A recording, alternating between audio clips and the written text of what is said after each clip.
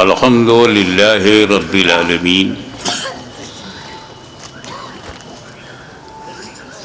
والصلاة والسلام على اشرف الانبیاء والمرسلین وعلى آلہ وصحابہ اجمعین اما بعد فاعوذ باللہ من الشیطان الرجیم بسم اللہ الرحمن الرحیم یا ایہا الذین آمنوا استعینوا بالصبر والصلاة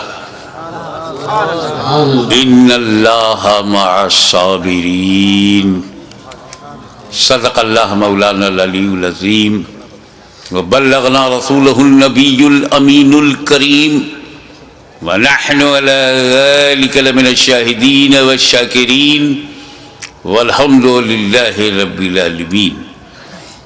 بارگاہ رسالت میں درود پاک کا ہدیہ پیش کریں۔ اللہم صلی علی سیدنا مولانا محمد وعلی آل سیدنا مولانا محمد کما تحب و ترضى بأن تصلی علیہ صلاة و سلام علیک یا رسول اللہ۔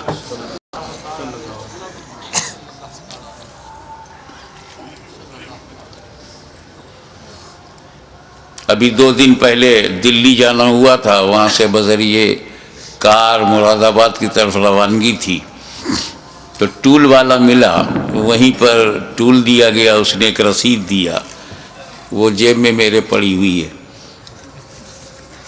اس کے دوسری طرف سادہ تھا، تو چند اشعار مولائے کائنات، مولائے کائنات جنہیں رضی اللہ تعالیٰ عنہ کہنا بھی صحیح ہے، کرم اللہ وجہ الکریم کہنا بھی صحیح ہے، اور علیہ السلام کہنا بھی صحیح ہے۔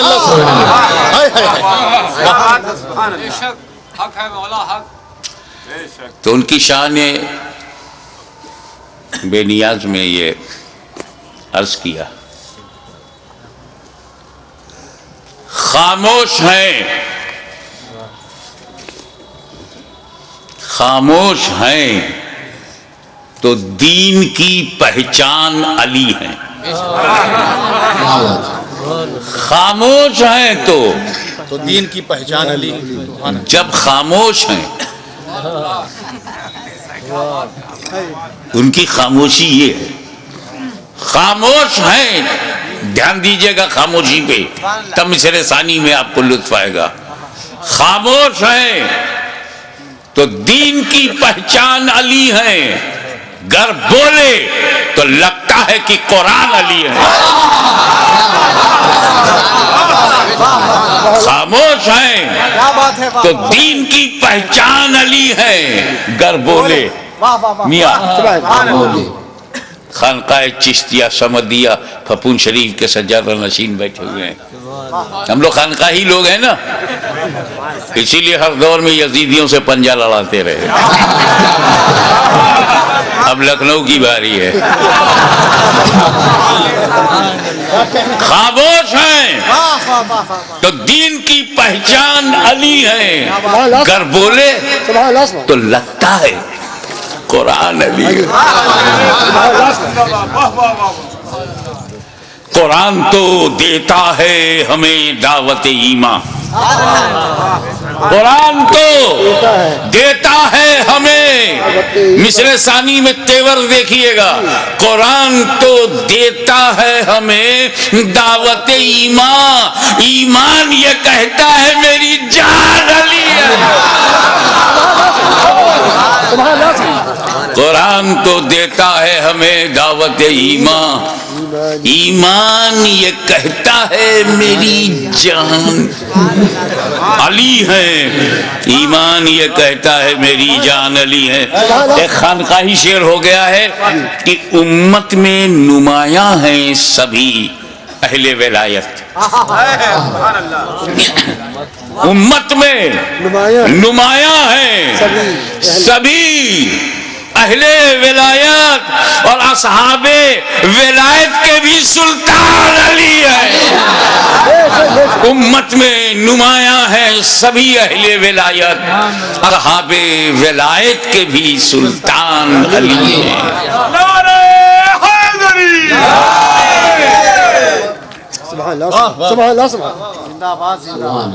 ایک مرتبہ جب نعرہ حیدری کہو تو پھر حیدری یا علی، حیدری یا علی.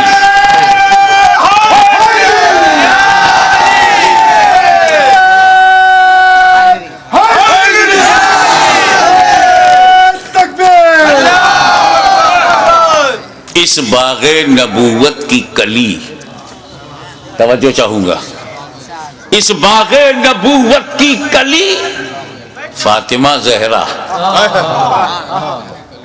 اس باغ نبوت کی کلی فاطمہ زہرا. حسنین ہے دو پھول تو گلدان علی ہے، حسنین ہے دو پھول تو گلدان علی ہے. امت سرکار مٹی ہے نہ مٹے گی، یہ امت سرکار مٹی ہے نہ مٹے گی. اس آخری امت کے نگہبان، یہ امت سرکار مٹی ہے نہ مٹے گی، اس آخری امت کے نگہبان علی ہے.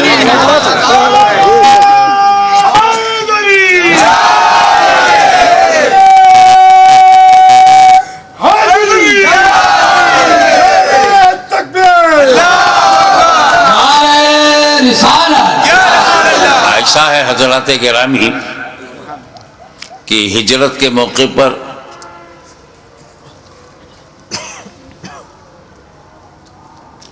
ہجرت کی رات ہے،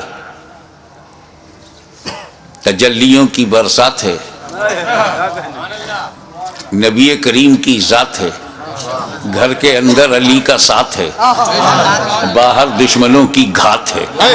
واللہ کیا بات ہے. حضور صلی اللہ علیہ وسلم گھر میں ہے اور ساتھ میں علی ہے، اور باہر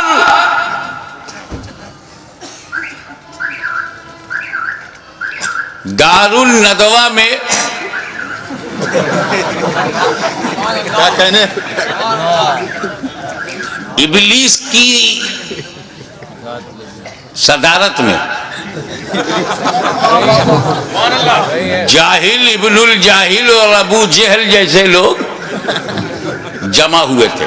تاریخ میں یہ لفظ میں نے اپنی طرف سے نہیں کہا ہے، اس کا نام ہی عربوں میں دار الندوہ ہے، اور دار الندوہ اسے کہتے ہیں جہاں رسول کو مارنے کی، قتل کرنے کی، ختم کرنے کی سازش کی جائے.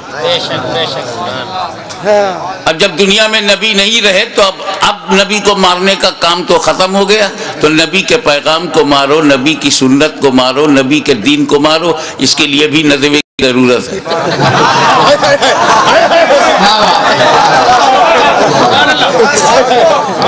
لیکن یہ تو مخدوم مینا کا کرم ہے کہ انہیں دریا کے پار پھینک دیا.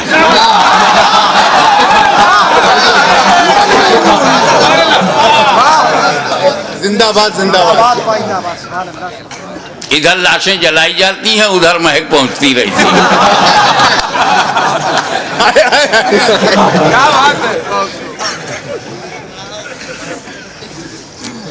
40 کافر دار الندوہ میں میٹنگ کرنے کے بعد رسول کے گھر پر آئے اور دروازے کو ٹک ٹک دیکھ رہے. 40 کافر 80 آنکھیں چوکھٹ پہ جمی ہوئی ہیں. نکلا ہی نبی تو مارو. پہلے ایک بات بتا دوں، نبی کریم نے کنکری ماری اور پھینکا ان کی طرف. اور قرآن نے اس کا ذکر کیا ہے وَمَا رَمَيْتَ إِذْ رَمَيْتَ وَلَكِنَّ اللَّهَ رَمَى. اے نبی جو تم نے کنکری پھینکی تھی تم نے نہیں پھینکی تھی بلکہ اللہ نے پھینکی. کافروں کے سامنے ہی سے نبی نکل گئے، کسی نے دیکھا ہی نہیں. نبی آوے نہیں دکھائی پڑے، نبی چلے گئے نہیں دکھائی پڑا، کیونکہ کنکری لگ گئی تھی.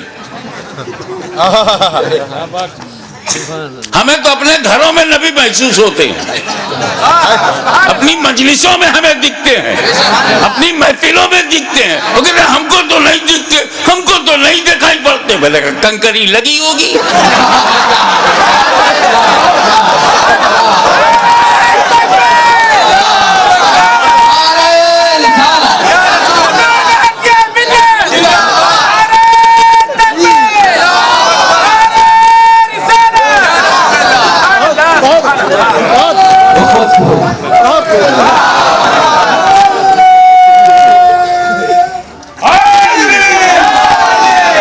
حضرات گرامی، رسول کے گھر کو 40 کافروں نے باعراض قتل گھیر لیا تھا، محاصرہ ہے۔ نبی کے پاس کچھ امانتیں ہیں، امین کی ضرورت ہے، کچھ صداقتیں ہیں، صدیق کی ضرورت ہے، کچھ وصیتیں ہیں، وصی کی ضرورت ہے، کچھ وراثتیں ہیں، وارث کی ضرورت ہے۔ ایک ہی ذات میں سب موجود ہو۔ وہ صدیقین میں صدیق بھی ہو، وارثین میں وارث بھی ہو، اور وصی رسول بھی ہو، وارث رسول بھی ہو۔ میرے نبی نے کہا دیکھو علی، اللہ کا حکم ہو گیا ہے، راتوں رات مجھے جانا ہے، مگر میرے پاس کافروں کی رکھی ہوئی امانتیں ہیں، یہ فلاں کی فلاں کی فلاں کی فلاں کی ہے، تم ایسا کرو، میرے بستر پہ سو جاؤ، صبح اٹھنا، اٹھ کر لوگوں میں جانا، جن کی امانتیں پہنچانا، پھر مدینے آنا۔ حالانکہ وہ بستر موت ہے، دشمن کی زد پہ ہے، کافروں کے ٹارگٹ پہ ہے، کبھی بھی گھس کے مارا جا سکتا ہے۔ لکھنؤ میں 2 پولیس والے دروازہ کھٹکھٹائے تو پورے خاندان کی نیند اڑ جائے۔ وہ 40 ابو جہل، ادوا و شیبہ جیسے بدکار، غدار، انسانیت کے ماتھے پہ کلنک کا ٹیکا اور مکے کے تقدس کو برباد کرنے والے وہ کھڑے ہیں، کیا بھروسہ۔ مگر مولا علی فرماتے ہیں کہ بستر پر میں چین کی نیند سویا، ایسی چین کی نیند مجھے زندگی میں کبھی نہیں ملی۔ جس بستر پر موت منڈرا رہی ہو وہاں چین کی نیند، جو کافروں کی زد پر ہو وہاں چین کی نیند۔ علی سو گئے، چین کیوں نہ ہو؟ بے چینی کی یہی تو وجہ ہوتی ہے کہ موت کسی وقت بھی آ سکتی ہے، موت کسی حالت میں بھی آ سکتی ہے۔ اس لیے نیک بندے اپنی ہر حالت پہ نظر رکھتے ہیں کہ میں کسی غلط حالت میں نہ رہوں، تاکہ موت جب بھی جس حالت میں آئے میں اچھی ہی حالت میں رہوں۔ تو یہ فکر نیند تو اڑائی دے گی، لیکن آج کی رات میں اس لیے چین سے سویا کہ مجھے نبی نے سلانے سے پہلے کہا تھا بستر پہ سو جاؤ، صبح اٹھنا، امانتیں بانٹنا۔ میں سمجھ گیا کہ علی کبھی بھی مر سکتا ہے، مگر آج کی رات اسے موت نہیں آئے گی۔ نعرہ تکبیر، نعرہ رسالہ، نعرہ رسالہ، نعرہ حیدری۔ میاں ایک جملہ آ گیا، جس کی ضمانت نبی لے، توجہ، جس کی ضمانت نبی لے لے وہ علی ہوتا ہے، علی، اور جس کی ضمانت علی لے لے وہ ولی ہوتا ہے، ولی۔ سبحان اللہ، کیا کہنے۔ اب صبح ہوئی، ابھی پوری صبح نہیں ہوئی، کافر مایوس ہوا، کیونکہ مایوسی کافروں کی پہچان ہے۔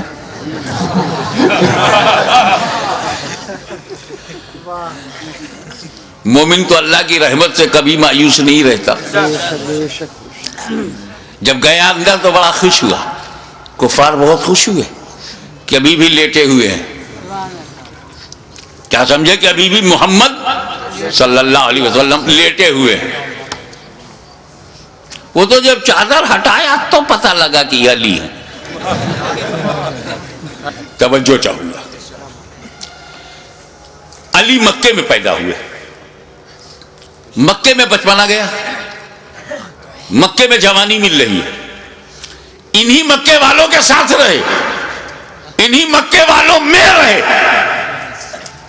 مگر کس طرح لیٹے ہوئے تھے کہ یہی نہیں پہچان پائے. ادا پہ نظر رکھیے گا.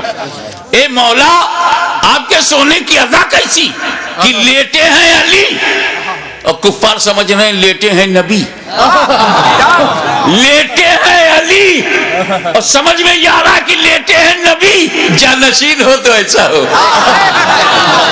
متبع نبی ہو تو ایسا ہو. اور جب دیکھا کہ علی ہے تو چل دیے. تو وہ موقع ہجرت اور جنگ احد کے موقع پہ سرکار نے سپاہ سے فرمایا کہ دیکھو کیسی بھی صورتحال ہو تم اپنی جگہ نہ چھوڑنا. ذہن کے پردے سے بات محو ہو گئی یا فتح کی یقین نے ان کو اس جگہ سے ہٹایا جس کی وجہ سے جو کچھ ہوا وہ تاریخ کے صفحات پر اس کی تفصیل ملتی ہے. لیکن وہاں سے بھی پیر اگر نہیں ہٹایا تو مولا علی نے جمع رہا شیر کی طرح. اسی کو دھیان, دونوں واقعے کو دھیان میں رکھ کر شیر کہا ہے. وہ موقع ہجرت ہو یا کہ جنگ احد ہو, کیا کہنے, وہ موقع ہجرت ہو یا کہ جنگ احد ہو, ہر حال میں سرکار پہ قربان علی ہیں. ہر حال میں سرکار پہ قربان علی ہیں. خیبر کا قلعہ چیخ کے دیتا ہے گواہی. خیبر کا قلعہ چیخ کے دیتا ہے گواہی. کچھ شک نہیں کہ قوت یزدان علی ہے. کچھ شک نہیں کہ قوت یزدان علی ہے. اور ایک بات کہے بغیر نہیں رہوں گا, جس کو جیسا لگے لگے. ہے مد مقابل کو بھی پینے کی اجازت. مد مقابل کو بھی پینے کی اجازت. میاں وہ واقعہ ہے, جنگ میں جب کوئی پانی پہ قبضہ کر لیتا ہے تو مد مقابل کو پینے نہیں دیتا. لیکن مولا علی نے جب قبضہ کر لیا تو مد مقابل کو پینے کی اجازت تھی. ہے مد مقابل کو بھی پینے کی اجازت. صفین کے موقع پہ بھی ذیشان علی ہے. صفین کے موقع پہ بھی ذیشان علی ہے. میں شمع شبستان ولایت کہوں کس کو, میں شمع شبستان ولایت کہوں کس کو, میں شمع شبستان ولایت کہوں کس کو. دل بول اٹھا شمع شبستان علی ہے. دل بول اٹھا علی ہے. اور میں چاہتا یہ ہوں کہ جس جوش سے میں یہ مقطع کہہ رہا ہوں اسی جوش سے آپ اسے قبول فرمائیں کہ ہر ایک یزیدی سے کہو ہاشمی کھل کر. ہر ایک یزیدی سے کہو, لکھنؤ سے لے کے سہارنپور تک ہر ایک یزیدی سے کہو ہاشمی کھل کر. سہارنپور سے لے کے نجد تک ہر ایک یزیدی سے کہو ہاشمی کھل کر. سبزی منڈی سے لے کے دمشق تک ہر ایک یزیدی سے کہو ہاشمی کھل کر. اسلام علی ہے, میرا ایمان علی ہے. نعرہ تکبیر, نعرہ رسالت, نعرہ حیدری.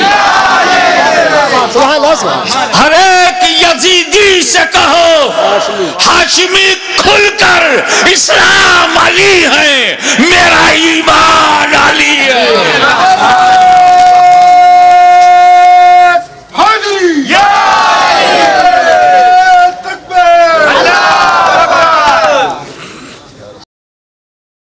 صلی اللہ علیہ نبی الامی والہ صلی اللہ علیہ وسلم، صلاۃ و سلام علیک یا رسول اللہ۔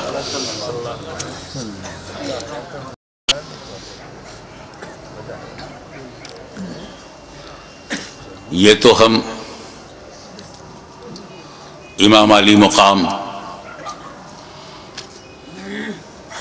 حضرت امام حسین علیہ السلام سبحان اللہ، سبحان اللہ، کو پرسہ دینے، ان کے غم کو اپنا غم، انہوں نے جو امت کو بچایا ہے تو امت نے بھی انہیں دل سے اپنایا ہے۔ سبحان اللہ۔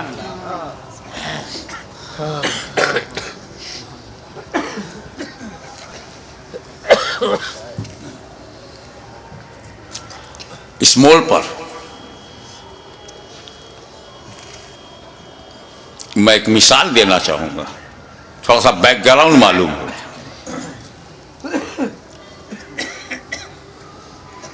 عورت مرد دونوں پہ نماز فرض ہے۔ مرد تو مہینے میں 30 دن نماز پڑھتے ہیں، خواتین نہیں پڑھ سکتی۔ خواتین 30 دن لگاتار بغیر ناغے کے نماز نہیں پڑھ سکتی۔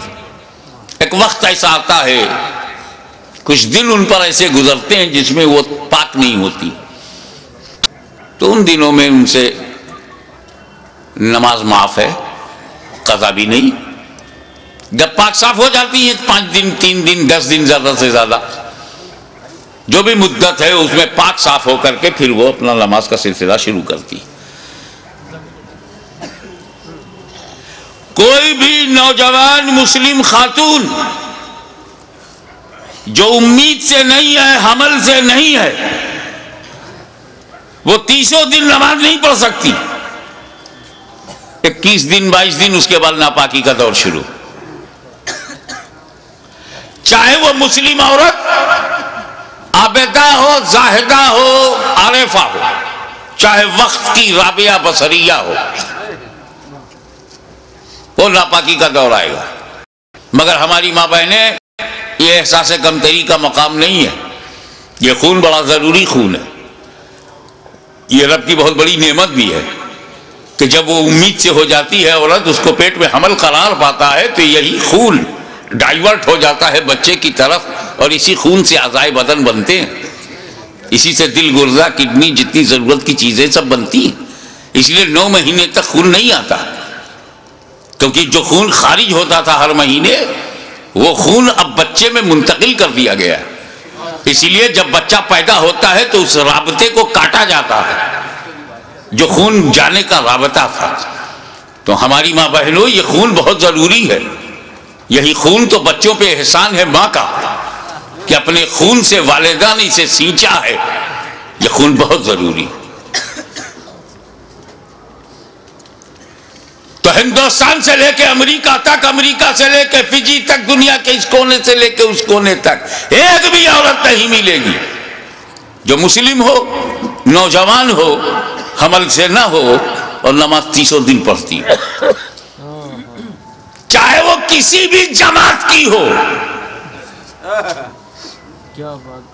کسی محل کی رہنے والی ہو، مگر اسی زمین کے اوپر، اسی آسمان کے نیچے ایک خاتون، ایک عورت، ایک مخدومہ، ایک محترمہ، صرف ایک خاتون ہے جو 30 دن لگاتار نماز پڑھتی تھی۔ 2 مہینے میں 60 دن، 3 مہینے میں 90 دن، سال بھر میں 360 دن، اور اس مقدس ترین خاتون کا نام ہے سیدہ فاطمہ زہرا۔ میں ان اختلافی روایات میں آپ کے ذہن کو بوجھل نہیں بنانا چاہتا کہ ایک رطوبت نکلتی تھی اور خشک ہو جاتی تھی تو ظہر پڑھ لیتی تھی، عصر سے پہلے خشک ہو جاتی تھی تو پڑھ لیتی تھی، مغرب سے پہلے ایسا کچھ کہا گیا ہے؟ ارے مدعا یہ نہیں ہے، مسئلہ یہ ہے کہ جو خون مانع صلاۃ ہے، جو نماز پڑھنے سے روکتا ہے، وہ خون حضرت فاطمہ میں نہیں تھا۔ وہ خون ہوتا تو انہیں بھی نماز میں رکنا پڑتا، پاکی کا انتظار کرتی، لیکن وہ خون ان میں تھا ہی نہیں، اس لیے مسلسل نماز پڑھتی رہی۔ لیکن میرے مولا سیدہ فاطمہ میں وہ خون نہیں تھا، مگر وہ خون تو بہت ضروری ہے، اسی خون سے بچے بنتے ہیں، اسی سے بچوں کا نشوونما ہوتی ہے، اعضائے بدن بنتے ہیں۔ اور جب وہ خون حضرت فاطمہ میں نہیں تھا تو جب پیٹ میں امام حسن تھے، جب پیٹ میں امام حسین آئے تو یہ دونوں بنے کس چیز سے؟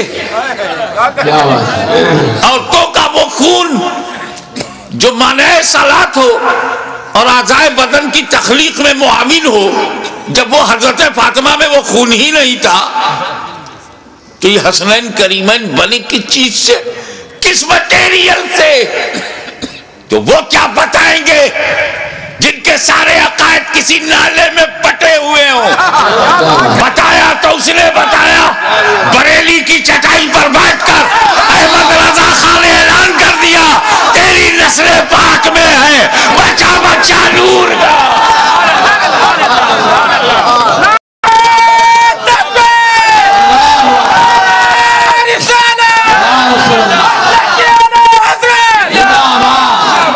نسل پاک میں ہے بچہ بچہ نور کا، تو ہے عین نور، تیرا سب گھرانہ نور کا۔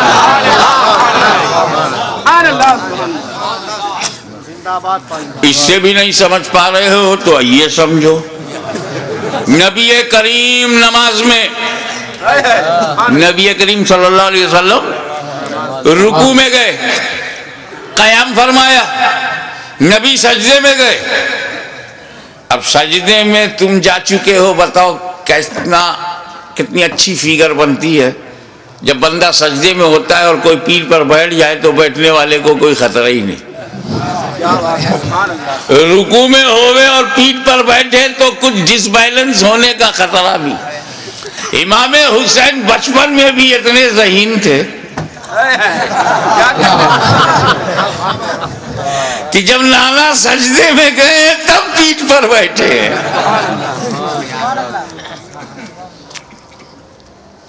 جو بچپن میں نبی کو پہچانتا رہا ہو وہ جوانی میں یزید کو پوری طور سے پہچان گیا ہوگا۔ یہ نہیں پہچان پا رہے ہیں، رضی اللہ عنہ کہہ رہے۔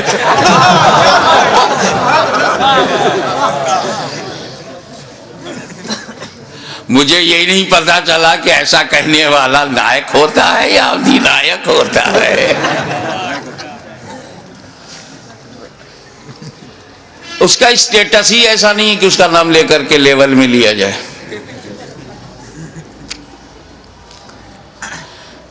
نبی کریم صلی اللہ علیہ وسلم سجدے میں ہیں، امام علی مقام بیٹھ گئے پیٹھ پر۔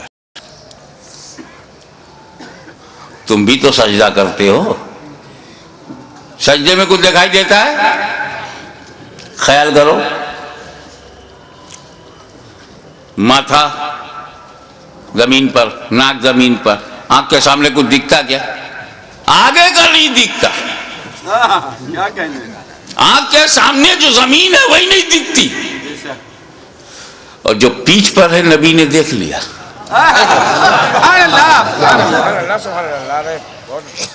پیٹھ پیچھے دیکھ لیا، ہم لوگ سامنے نہیں دیکھ پاتے۔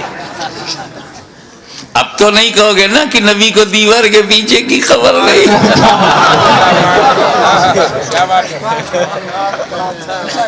اب تو دہلوی فتنے سے اپنے کو الگ رکھو گے۔ نبی پہچان گئے، کچھ نہیں، میرا حسین ہے، میرے دل کا چین ہے، میرا نور العین ہے۔ تب نبی نے کیا کیا؟ سجدے کو طول کر دیا، سجدے کو لمبا کر دیا، سر اٹھایا نہیں کہ میں سر اٹھاؤں گا تو حسین گر جائیں گے، اور نبی کو گوارا نہیں کہ اتنی بلندی سے بھی کسی انہیں گرا کر کے زخمی کیا جائے، نبی نے سر نہیں اٹھایا۔ یہ تو لکھنؤ ہے یار، یہاں تو محاوروں کی پہچان ہے لوگوں میں، محاورہ دے رہا ہوں، میرے نبی نے حسین کو گرانے کے لیے سر نہیں اٹھایا، حسین کو گرانے کے لیے، تو جو نبی حسین کو گرانے کے لیے سر نہ اٹھائے وہ نبی کب گوارا کرے گا کہ حسین کو گرانے کے لیے کوئی امتی سر اٹھائے؟ اور اسی پر ایک جملہ اور لیتے چلو، میرے نبی نے، حضرات میرے نبی نے سر جھکایا تھا سجدے میں خدا کے لیے، خدا کے لیے، ذات کو سامنے رکھیے گا، نبی نے سر جھکایا تھا خدا کے لیے، نہیں اٹھا رہے ہیں حسین کے لیے۔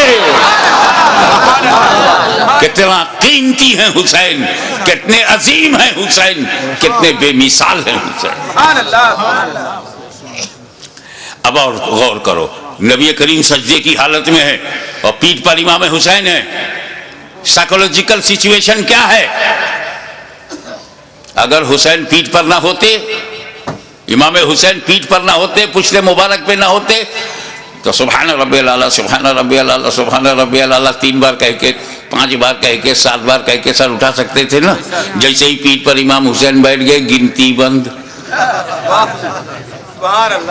اب حضور، اب تسبیح حضور پڑھ رہے ہیں، گن نہیں رہے، دھیان اس پر ہے کہ ابھی بھی پیٹھ پر ہیں، گنتی بند۔ تو اب حضور کا کیا عالم تھا؟ زبان سے، سجدے کی حالت میں زبان سے کہہ رہے ہیں سبحان ربی الاعلیٰ، سبحان ربی الاعلیٰ، سبحان ربی الاعلیٰ، سبحان ربی الاعلیٰ، دل میں ابھی حسین پیٹھ ہی پر ہیں، ابھی بھی پیٹھ پر ہیں، ابھی بھی پیٹھ پر ہیں، سبحان ربی الاعلیٰ، سبحان ربی الاعلیٰ، ابھی بھی پیٹھ پر ہیں، سبحان ربی الاعلیٰ، سبحان ربی الاعلیٰ۔ زبان سے ذکر خدا، دل میں خیال حسین، کتنا قیمتی ہے حسین، کتنے عظیم ہے حسین۔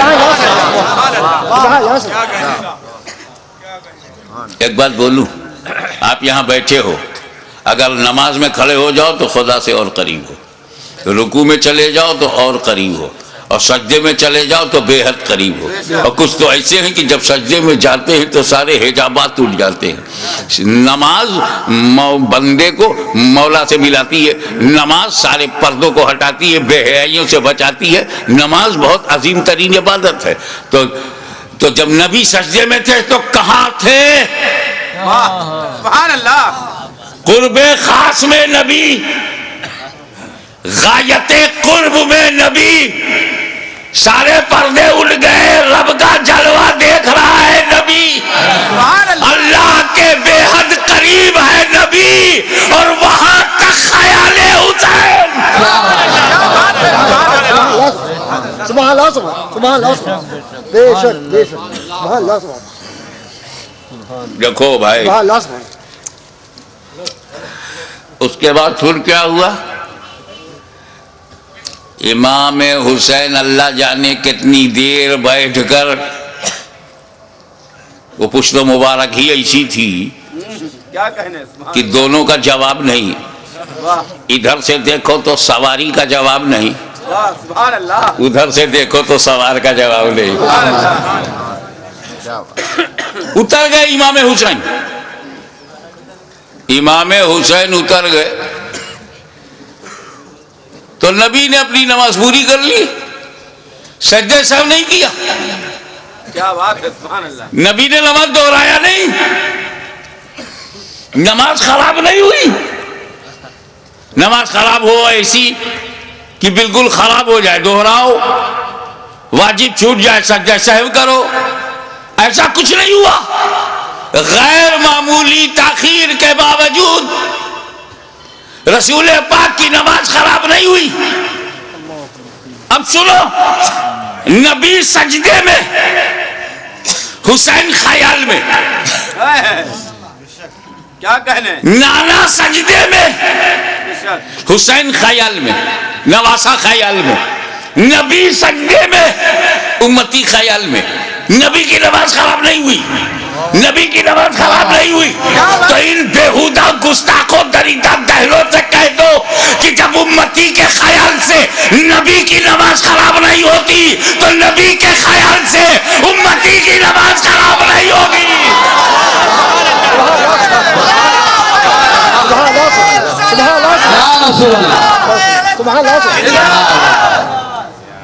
حضرات، منشائے نبی یہی ہے کہ تم اس طرح نماز پڑھو گویا خدا کو دیکھ رہے ہو. کأنک تراہ. جب نبی حدیث جبرائیل ہے آئے اور اسلام کے بارے میں، ایمان کے بارے میں بتا کر احسان کے بارے میں فرمایا، احسان کی تشریح کی. اسی ضمن میں یہ بات آتی ہے، رسول پاک نے کہا اس طرح نماز پڑھو گویا خدا کو دیکھ رہے ہو.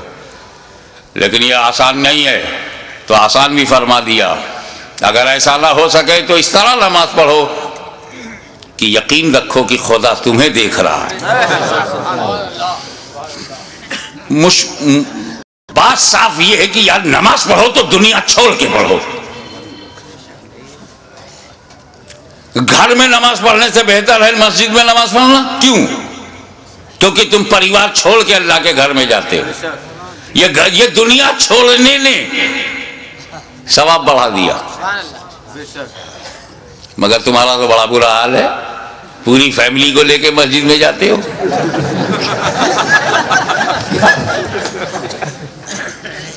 سر سجدے میں ہے، خیالات خدایا نے کہاں ہے. ایک مرید کی چابی کنجی غائب ہو گئی. اس کی الماری میں بڑے ضروری ڈاکومنٹس تھے، دستاویز. پیر کے پاس گیا، حضور کوئی دعا بتا دیجئے، کنجی غائب ہو گئی ہے، اگر کنجی نہیں ملے گی تالا توڑنا مشکل ہے، اس میں کاغذات بہت اہم ہیں. پیر نے کہا جاؤ 2 رکعت نماز پڑھو. وضو کر کے جیسے ہی 2 رکعت نماز نفل کے لیے وہ کھڑا ہوا، دنیا بھر کے خیالات شروع. کیا کیا تھا، کیا کر رہا ہوں، کیا کرنا ہے. اسی میں یہ بھی یاد آ گیا کہاں رکھا ہے.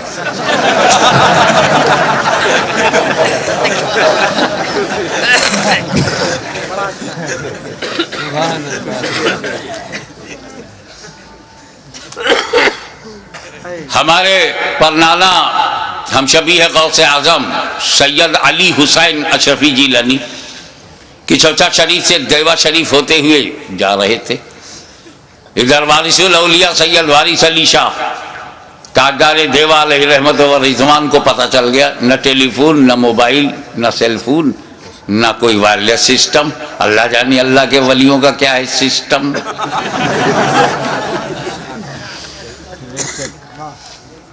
سنو جی پانی لاؤ. پانی لایا گیا، وضو کیا وارث پاک نے. ابھی وہ پانی وضو کا خشک نہیں ہوا تھا کہ اشرفی نانا سامنے آ گئے. دونوں نے ایک دوسرے سے بات ہی نہیں کی، ہونٹ سلے رہے، آنکھوں سے گفتگو ہو گئی. اشرفی نانا مسجد کی طرف گئے، مصلی پہ کھڑے ہو گئے. پیچھے پیچھے وارث پاک گئے، جماعت میں کھڑے ہو گئے، بولے اللہ اکبر. انہوں نے بھی کہا اللہ اکبر.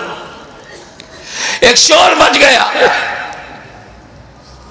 آج حاجی وارث علی نے نماز پڑھی ہے، بولنا بھی نہیں آتا عوام کو. کیا وہ پڑھتے نہیں تھے؟ جب پڑھتے تھے تو آج پڑھی کیوں؟ تم کو کہنا چاہیے کہ آج وارث پاک نماز پڑھتے ہوئے دکھائی پڑے. وہ بھی کوئی اللہ کا ولی ہے جو نماز نہ پڑھے؟ ارے کو کہ چونکہ اللہ والا اللہ ہی کے لیے سب کام کرتا ہے، بندوں کو دکھانے کے لیے نہیں. دکھانے کے لیے اللہ والے نماز پڑھتے ہی نہیں. یہ تو ایک جماعت کا مقدر ہے، اس کو دکھانے کا بڑا شوق ہے. آپ نہ دیکھیے تو دروازہ کھٹکھٹا کے دکھاتے ہیں. اس پر بھی نہ تو باہر سے پکڑ کے مسجد میں لے جاتے ہیں. اب تو دیکھو، اگر اس پر بھی آپ بچ گئے تو 40 دن کے لیے پکڑ کے لے جائیں گے. اب تو تمہارے باپ کو بھی دیکھنا پڑے گا. کیا کہہ رہے ہیں؟ اسی دکھاوے کا تو انہیں کمیشن ملتا ہے۔ اللہ کے ولیوں کو اپنی طرح مت سمجھو۔ بہرحال چیمی گوئیاں شروع ہو گئی، آج دکھائی پڑے، آج پڑھا تو خادم نے کہا حضور بڑی چیمی گوئیاں ہو رہی ہیں، آج آپ نے پڑھتے ہوئے سب نے دیکھ لیا نا۔ کہا میں تو روز پڑھتا اور روز دکھائی پڑھتا، میں کیا کروں، میں بڈھا ہوں، اور میرا امام جو بنا ہوا پیش نماز جو مصلی پہ کھڑا ہوتا ہے 5 وقت، جوان ہے، کہتا اللہ اکبر، پڑھتا ہے الحمدللہ رب العالمین الرحمن الرحیم مالک یوم الدین، اور دل میں ہے جیسے یہ نماز ختم ہو جائے گی مجھے سیوئی لینا ہے بازار سے، درزی کے ہاں سے کپڑا اٹھانا ہے، کسائی کے ہاں سے 2 کلو قیمہ لینا ہے، اس کے بعد دودھ والے سے بولنا ہے، اور پھر جا کپڑا بچوں کے لیے ریڈی میڈ کپڑے خریدنے ہیں، عید کا دن پرسوں ہے۔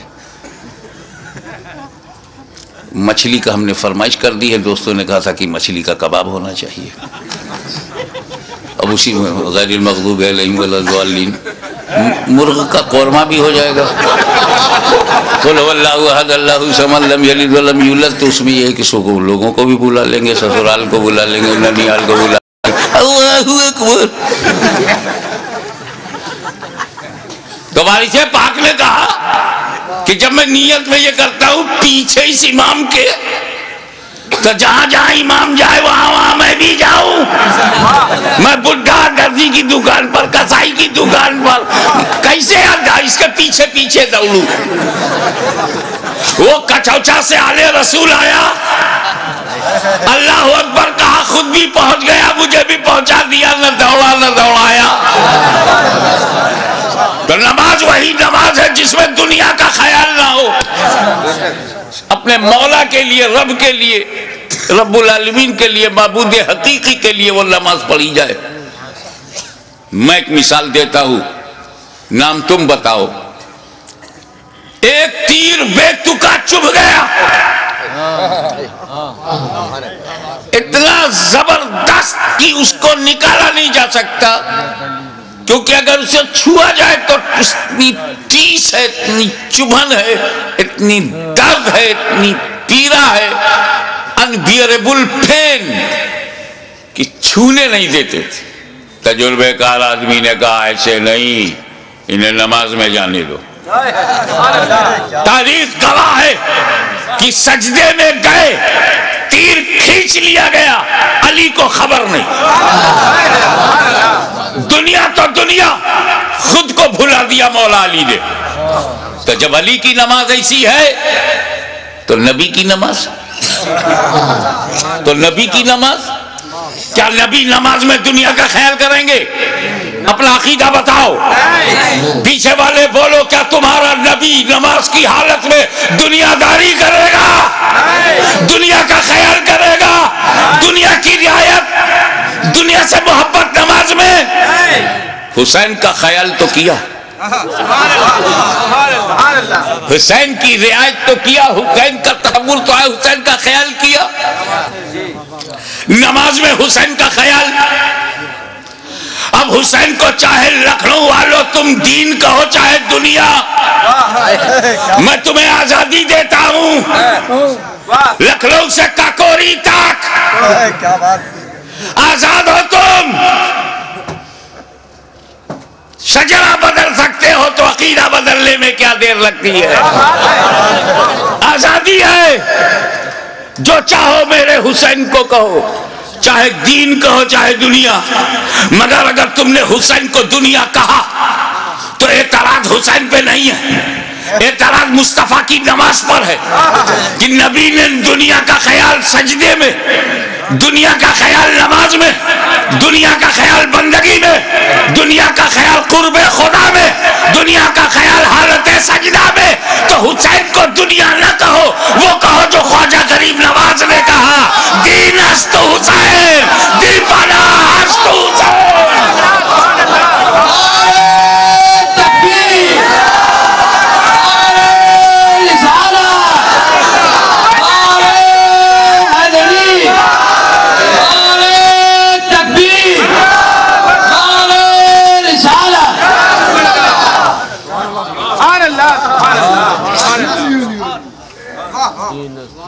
لی پناہ سردار حسین دین ہے، اور اس کا اندازہ انہیں خود بھی تھا۔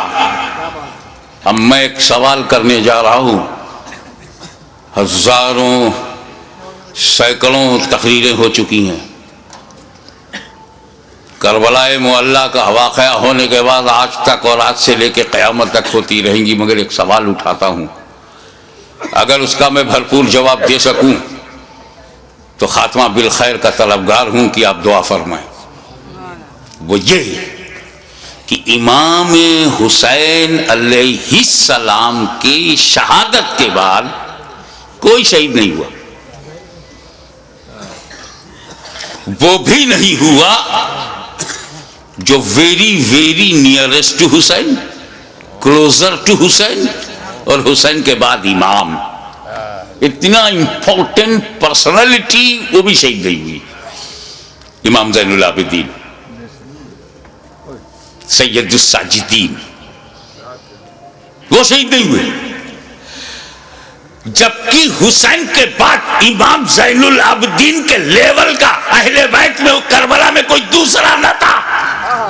توجہ چاہوں گا، جس امامت پر زین العابدین فائز تھے وہ امامت نہ علی اکبر کے پاس تھی، نہ وہ قاسم کے پاس تھی، نہ عباس علم بردار شاہدار وفا کے پاس تھی، جو امام زین العابدین کے پاس۔ تو حسین کو مارنا امامت کی وجہ سے اگر ضروری تھا تو امام زین العابدین کو اس کے بعد شہید کرنا اور بھی ضروری تھا۔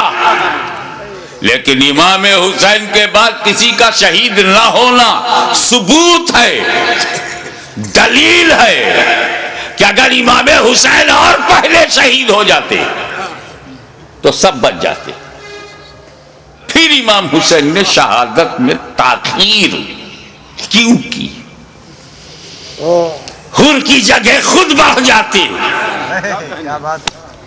اور امام حسین شہید ہو جاتے، تو جیسے امام حسین کی شہادت کے بعد وقت کا امام شہید نہیں ہوا، یہ بچے بھی شہید نہیں ہوتے، نہ امام حسن کا بیٹا شہید ہوتا، نہ امام حسین کا بیٹا شہید ہوتا۔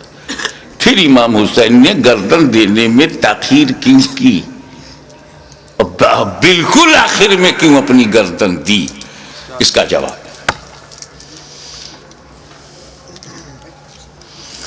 تم نے تو اہل بیت کو پہچانا ہی نہیں، جیسا سوچتے ہو ویسا ان کو بھی سمجھتے ہو۔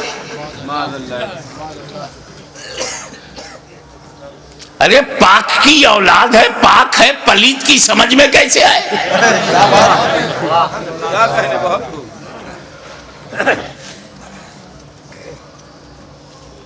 آپ غور فرمائیں کہ جن مکے والوں نے پتھر برسائے، راہوں میں کانٹے بچھائے، شاب ابی طالب میں 2.5 سال تک محاصرے میں رکھا، آب و دانا بند،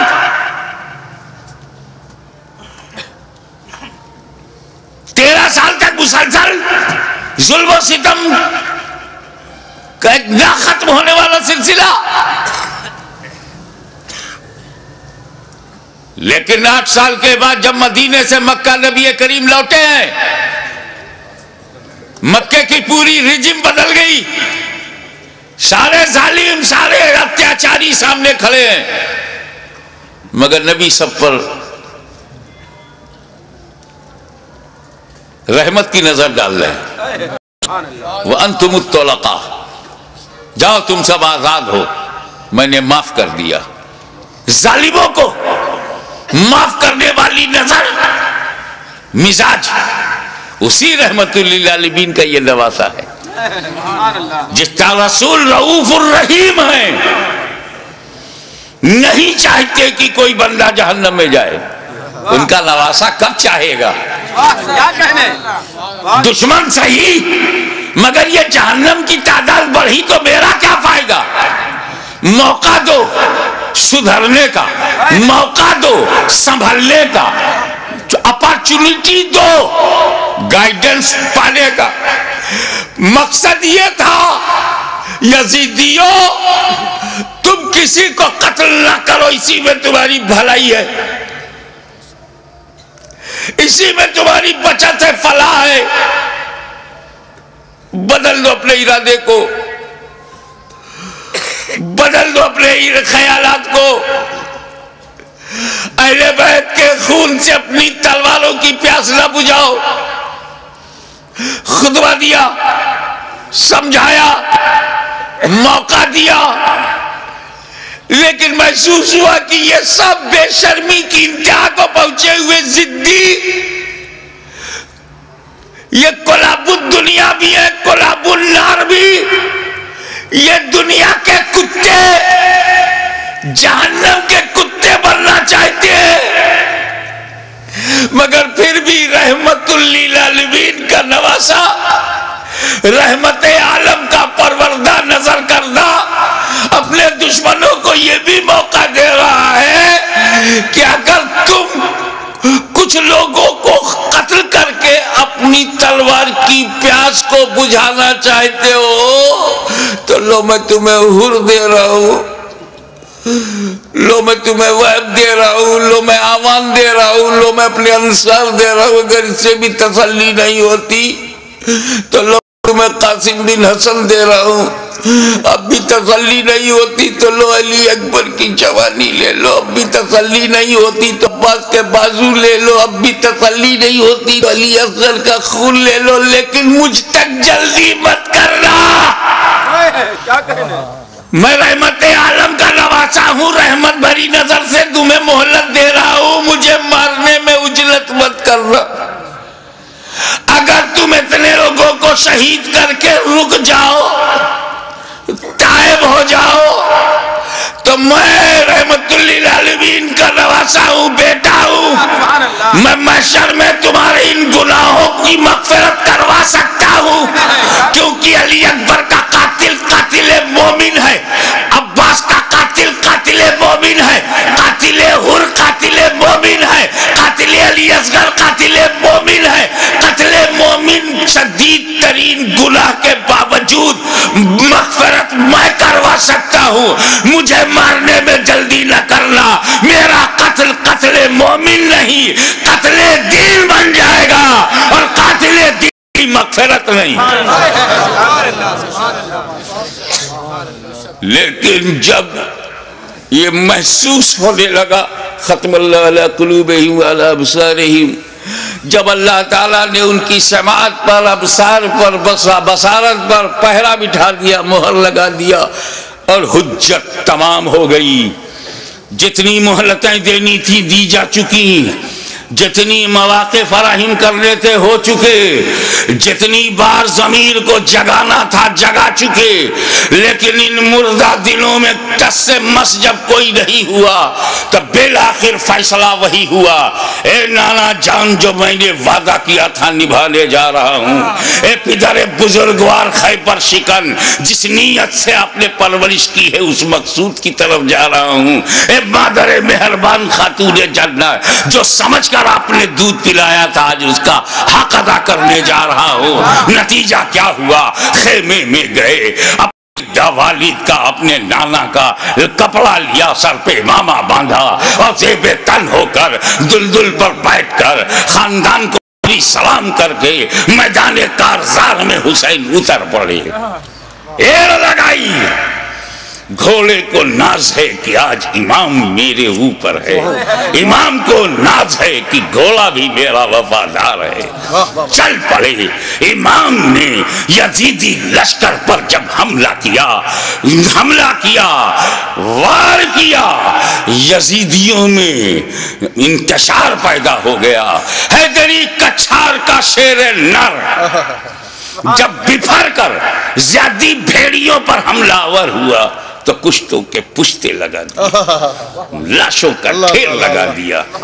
بھوکا پیاسا حسین کھاتے پیتوں کو کاٹتا ہوا چلا جا رہا ہے، تلوار چمکی، ہوا میں لہرائی تو ایسا نہیں لگتا تھا کہ حسین کے تنہا ہاتھ میں اکیلی تلوار ہے، ایسا لگتا تھا جیسے آسمان کی تمام بجلیاں تلوار میں سما گئی ہوں، ایسا لگتا تھا کہ ستاروں نے اپنی جگہ چھوڑ کر ذوالفقار کی دھار میں آ گئی ہوں، ایسا لگتا تھا کہ آدم کا ہاتھ دعا کے لیے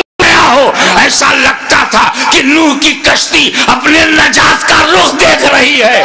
ایسا لگتا تھا کہ دریائے نیل میں فرعون غرق ہو رہا ہے, یزیدی تباہ ہو رہے ہیں. ایسا لگتا تھا جیسے کعبے کا رخ قبلہ, کعبے کا رخ کعبہ کی طرف ہو گیا ہو.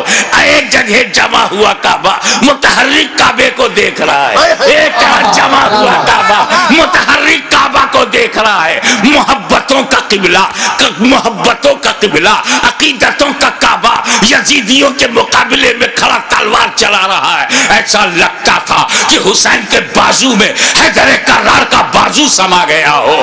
ایسا لگتا تھا جیسے فاطمہ زہرا کا دودھ حسین کی رگوں میں نیا خون بن گیا ہو.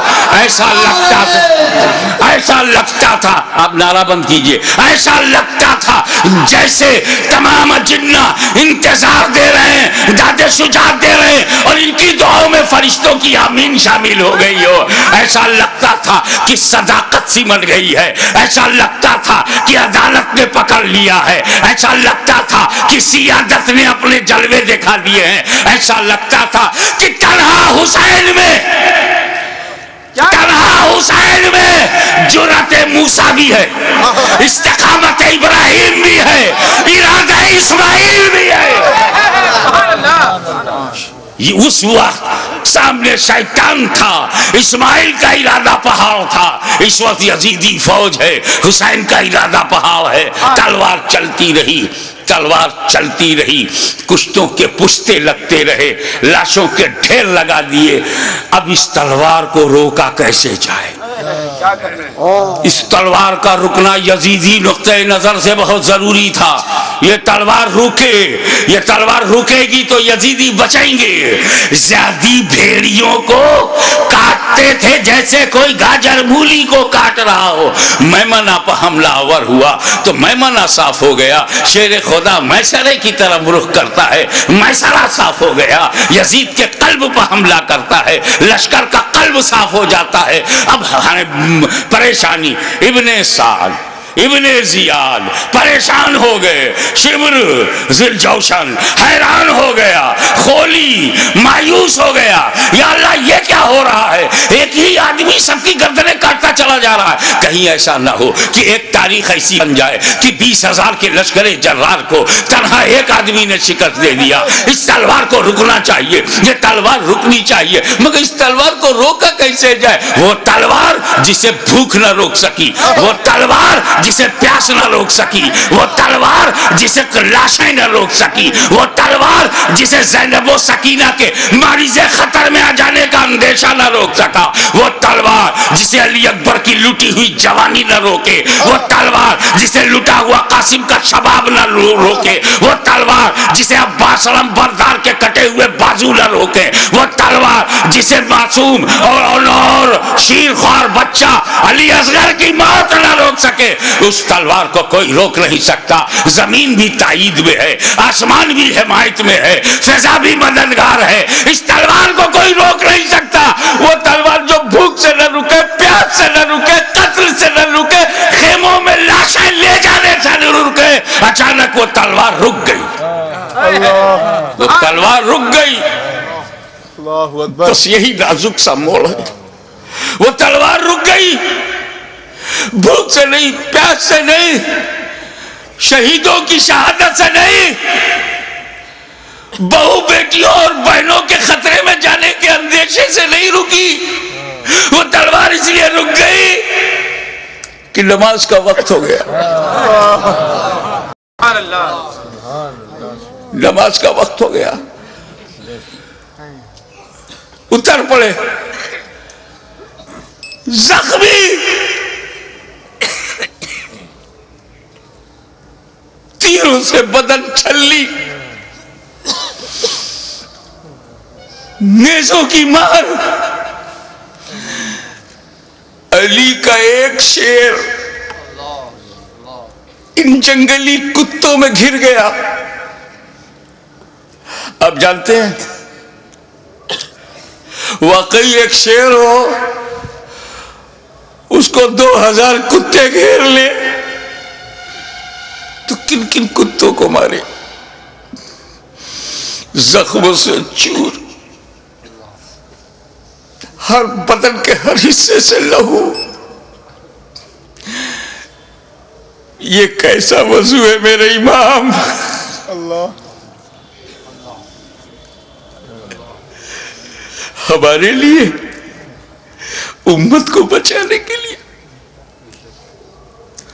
رسول پاک نے پیٹ میں پتھر باندھ کے جو امت بنائی تھی اس کو بچانے کے لیے اتنی بڑی قربانی. یا اللہ یا اللہ.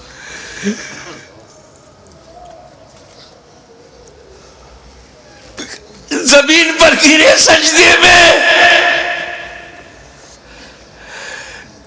یزیدیوں نے سوچا بس یہی موقع ہے، اگر یہ اٹھے گا شیر تو پھر مارے گا، اسے اٹھنے نہ دو. شقی القلب پتھر دلوں نے نبی کا کلمہ پڑھتے ہوئے بھی نبی کے نواسے کو، نبی کی جان کو، نبی کی پہچان کو، نبی کے بیٹے کو، نبی کی نسل کو، نبی کی اولاد کو، نبی کے نور کو سجدے کی حالت میں ایسا وار کیا.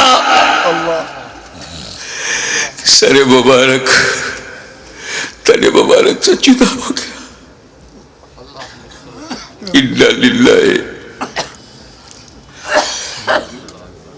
و انا الیہ راجعون.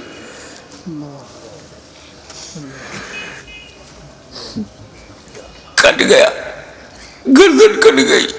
سنی مسلمانوں، گردن کٹ گئی. کون سی گردن؟ جس کو تمہارا ہمارا نبی چوما کرتا تھا، کٹ گئی. کعبے کے ایک پتھر کو میرے نبی نے ایک بار چوما، حجر اسود کو. قیامت تک لوگ چومیں گے، مگر حسین کے گلے کو تو نبی نے بار بار چوما تھا، بار بار چوما تھا. تم کہتے ہو حسین کا گلا کٹا، حسین کا گلا کٹا. میری دل سے پوچھ، بوسہ گاہ مصطفیٰ کٹ گئی، بوسہ گاہ رسول کو کاٹ دیا. میں ایک مرتبہ بیمار پڑا تھا برطانیہ میں. میری ماں کا خط آیا، بیٹا تمہاری کیسی طبیعت ہے؟ مجھے بڑا تعجب ہوا. میری ماں کی چوچا شریف میں، وہ انگلینڈ میں، ان کو محسوس کیسے ہوا؟ تو کسی نے سمجھایا یہ ممتا ہے، یہ خون کا رشتہ ہے. تو بیمار پڑ گیا تھا، سر سمندر پار خون کے رشتے نے ماں کے دل میں احساس ڈالا. ارے جب ماں بیٹے میں احساس کا یہ رشتہ ہوتا ہے تو جب حسین کا گلا کٹا ہوگا تو لب مصطفیٰ پہ کیا گزری ہوگی.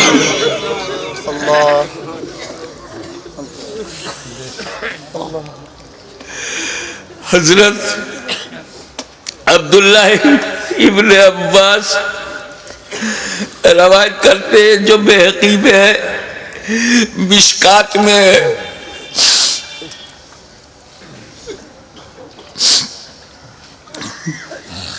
کہ ام المومنین ام سلمہ نے خواب میں دیکھا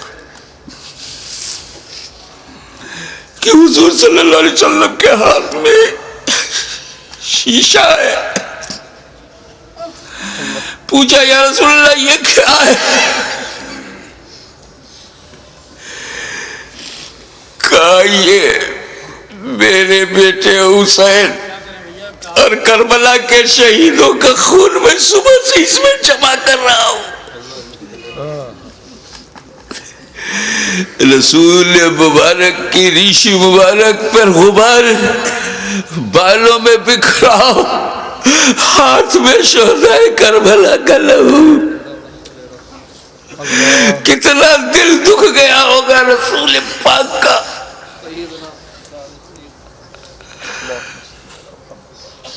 سر کٹا، کیسے بولوں، نہیں کہہ پا رہا ہوں.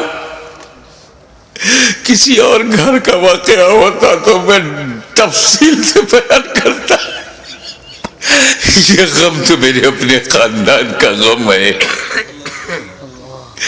یہ تو اہل بیت کی آزمائش کا، بس یوں سمجھو کہ نیزے پہ اس سر کو اٹھایا ظالموں نے،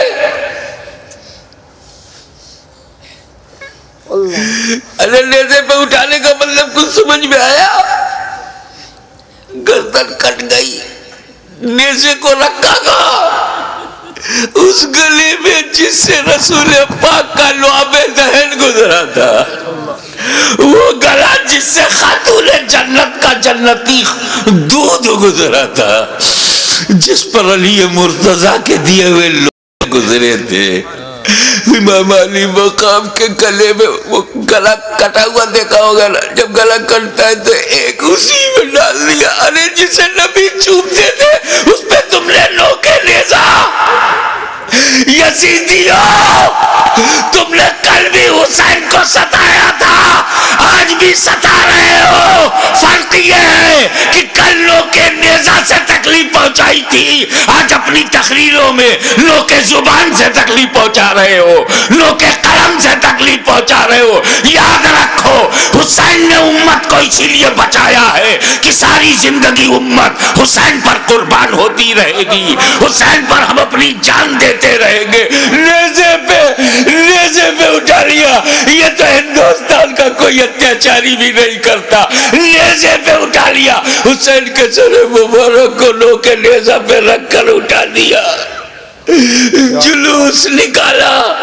نوکے نیزہ پہ بلند کر دیا امام کا سر، اور وہیں سے میرا امام اپنے غلاموں کو آخری درس دے رہا ہے۔ اے میرے غلاموں دیکھو، یزیدیوں کی بھیڑ میں، یزیدیوں کے لشکر میں تیرا امام کا سر اوپر ہے، تیرے امام کا سر اوپر ہے، تیرے امام کا سر بلند ہے، یعنی جن کا سر کٹا نہیں ان کا سر نیچے ہے، جس کا کٹ گیا وہ سر بلند ہے۔